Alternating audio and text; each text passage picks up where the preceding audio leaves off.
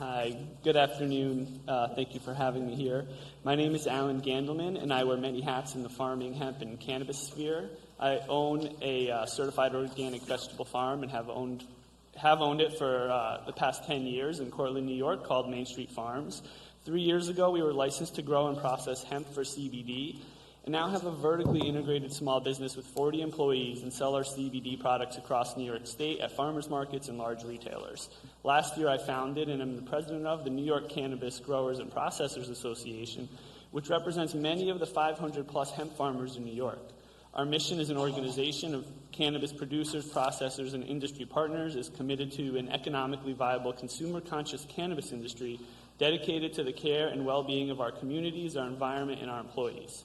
The association was formed to fill in the gaps around farming, processing, and most important, policy. The hemp and CBD industry has been growing and changing so fast it has been difficult for federal and state regulators to keep up. We believe that our industry is strongest when all of our small and mid-scale family farms prosper. Today I'm here to talk about the potential positive and negative economic development impacts the Cannabis Regulation and Taxation Act, the CRTA, will have on family farms and small businesses across the state. Our association stands with the CRTA as it seeks to create an industry rooted in social and economic equity with a thriving and diverse supply chain that emphasizes craft producers. Efforts such as restricting vertical integration to only micro-business licenses, allowing on-premise consumption, and granting social equity group status to disadvantaged farmers are critical to our mission of supporting agriculture and entrepreneurs throughout the state. However, the proposal also includes some concerning provisions that are a priority for us to address ahead of a vote. One of them is the proposed tax rates exceeding most other states that have legalized thus far. Currently, the tax on cannabis is $1 per gram of dry weight. In contrast, California's tax is 35 cents per gram. This structure could stifle the growth of small producers and create razor-thin margins, allowing large operations a competitive advantage while potentially driving consumers to illicit market options where similar products will be available at a lower cost. Either we will need a lower tax rate or a progressive tax, like in our craft beer industry, where smaller producers pay a lower rate. For us to truly end prohibition and for the program to work from an economic development perspective, we need to stamp out the illicit market. In New York, we have the luxury to look at other states as real-world laboratories to see what has been successful. From our lessons in Colorado, it's very clear that the only way to stamp out the illicit market and bring in tax revenue is to have a low starting tax rate so consumers get used to going to dispensaries. This low rate also lets start up small businesses to get their feet under them in a completely new industry. As the industry develops, we need a rate that can increase each year as the market stabilizes and supply and demand are matched. If we look at California, after 3 years of their tax revenue is only a third of expected. There's only 800 operating licenses of the expected 6,000, and 80% of the cannabis market remains illicit. When looking at the balance between tax revenue and small business growth, our position is that the tax revenue in the first year or two of the program should only be looked at as a means to stand up the program in the Office of Cannabis Management. Our goal as an association is to create $1,000 million companies instead of $1 billion corporation. Many studies have been done on cannabis taxes and revenue as related to economic development, and they have seen that the true win comes in job creation, local sales tax revenue from equipment dealers, hard goods suppliers, and services related to cannabis, but not directly from cannabis. Aside from taxes, the next piece that directly affects the economic development is licensing structure and canopy size. This directly determines if New York farmers and small businesses will be viable and successful. By New York's own estimate, the state will require 1 million pounds of cannabis per year to meet demand. As an example, a micro license with a limit of 5,000 square foot canopy can produce 500 and 1,000 pounds of cannabis per year. With these production numbers, we will need to give out 1,000 to 2,000 cultivation licenses. The potential for incubating small business is huge. Currently, the CRTA does not put a number on how many licenses of each class will be given out or the size of those licenses. Our association would like to see a baseline structure so we could estimate the true economic development impact. We currently have over 500 hemp farmers in New York, many of them with the existing infrastructure to meet the demand, not to mention the thousands of other operating farms. Prioritizing these farms for cannabis cultivation licenses will help meet New York's demand from day one, create a steady and safe supply chain, and inject millions of dollars into our upstate farming communities. Thank you. Senator Diane Savino. Thank you, Senator Kruger. Good afternoon. I had an opportunity to meet with some of your colleagues yesterday. So you guys are currently in the hemp industry in New York State. That is correct. Right, and that's the newly created hemp industry. And so one of the challenges we're seeing with hemp, and we have seen in other states with the legalization of cannabis for adult use, is if you don't do it correctly, you don't have regulations that people understand and they're easy to interpret, you wind up with two competing markets. The illicit market, which is thriving in New York State right now, and the illegal one. And so if you go into neighborhoods, you see, a dispensary in Staten Island labeled CBD dispensary, including the little green, symbol to make it look like it was a pharmacy. So there's almost no there's almost no enforcement of the regulations. And so are you at all concerned as we roll out hemp that that same environment will exist with respect to marijuana? We're not concerned about that if it's done correctly. And so that's the part we're trying to get ahead of right now. I mean, we promote having as many dispensaries, as many neighborhoods as possible so people have access, which is the only way we'll get rid of the illicit market. If there is only dispensaries in the rich suburbs of the state, that will do They don't nothing. want them. Huh? They don't and want they don't them. even want them, but the way the laws are currently, that might be the only people that could afford to purchase from a Right. legal dispensary, and everyone else will be stuck in the illicit market, and that's just what we don't want to see. I'm glad that I think Senator Kruger's bill and the governor's new proposal specifically prevent vertical integration. It was not a requirement in the medical program. That was done through the regulatory process, and it has created all sorts of problems there.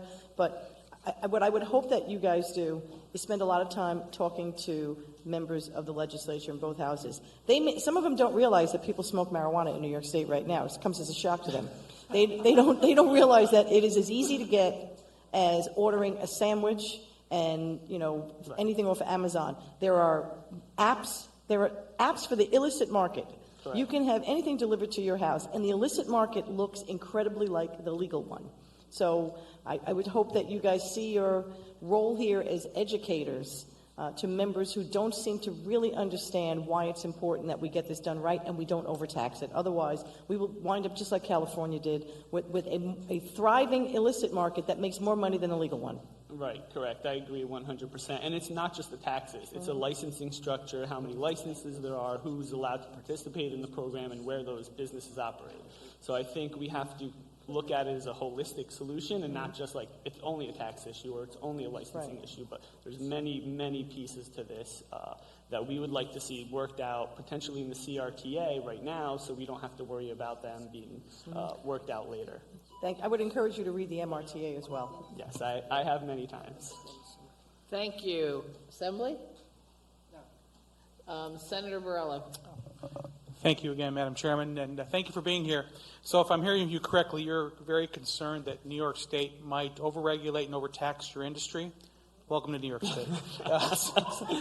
Seems to be the theme of today, I guess. Yeah, that's so. As a business owner, welcome to the club. But my concern is this: you basically, I just want to make sure I got this correct, and I agree with you that the taxes that are being proposed are excessive.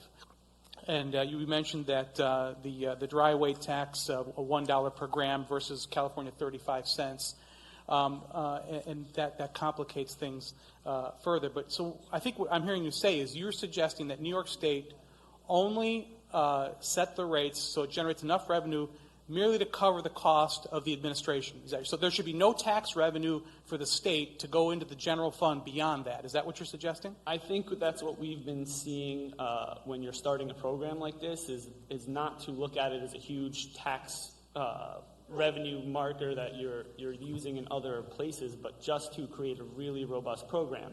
Once it matures in 2-3 years, then you slowly can increase the taxes and now have tax revenue for the rest of your state. In states like Colorado, they actually don't even spend their tax revenue from that year. They hold on to it for a whole year to wait because it's so unpredictable right now that they don't want to all of a sudden have a huge shortfall because they were relying on cannabis taxes that next year aren't there.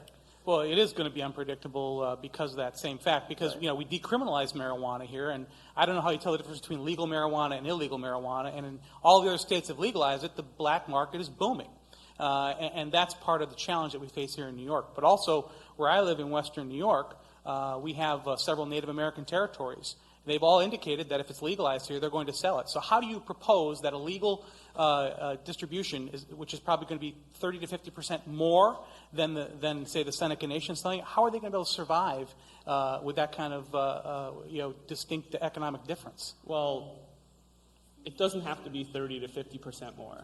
And the way it will be 30 to 50% more is if automatically it is taxed more. So you're right? saying in order for this to be viable, New York State has to price this or has to tax this at a point where we're not going to make any additional net revenue to the budget. Is that what Correct. you're saying? Yes, we need to fund the Okay. program, which has a number on it. So we're going to legalize marijuana. We're going to deal with all the social issues, all of the law enforcement issues, and make no money to help cover those costs so that your business can thrive. Well, here's the thing. You're already dealing with all those social issues. People are driving all over the place. They're driving to Massachusetts. There's a huge illicit market.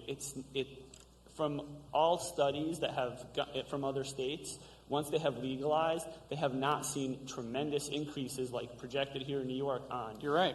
From the sheriff's departments and everything else. So AAA just came out with a report saying that there's a 70% increase in fatalities with people having THC in their blood in the state of Washington. So I would probably challenge that. THC stays in your blood for 30 days, so I think we would have to look at some more studies than just that one. But I think how all of the things that we have that you think will be problems with the legal market are currently problems with an illegal market. And for the first year or two, those taxes just need to hold up the program. After that, yes, there will be a lot of tax revenue. Just like in craft beer, it's created over 20,000 jobs in New York State. We can do the same thing for cannabis, but instead we're not doing that. All right, I'm going to cut this off, All right. although I'm Thank going to you. throw in my 2 cents since I carry a similar bill to the governor's. The gentleman's right. We do not want to overtax any of these products because we want to close down the illegal market. And if you overtax it, people will stay in the illegal market where you don't know who they're buying from or what they're buying, as opposed to a legal product that's licensed and is literally reviewed for safety from seed to sale. So it's a better product or mix of products to be selling. The gentleman's also right that over time you can grow your prices as you've established your industry, as with lots of other new kinds of business that start. I don't agree with him that there's no money originally. We are looking at how each state that has legalized already has moved forward, avoiding their mistakes and hopefully coming up with what I call the sweet spot for pricing cannabis, so to speak. And we could talk about, not in the hearing today, George, but I would be happy to give you more material than you will ever want about cannabis, its safety or lack thereof. It is not a perfect product. I don't encourage people to use it, but it is far, far safer medically, from a driving, from any measurement, to alcohol. And we seem to enjoy having legal alcohol in this state. So I want to thank you very much for your testimony today. Did I cut off any assembly members? Okay. Thank you very much for being here.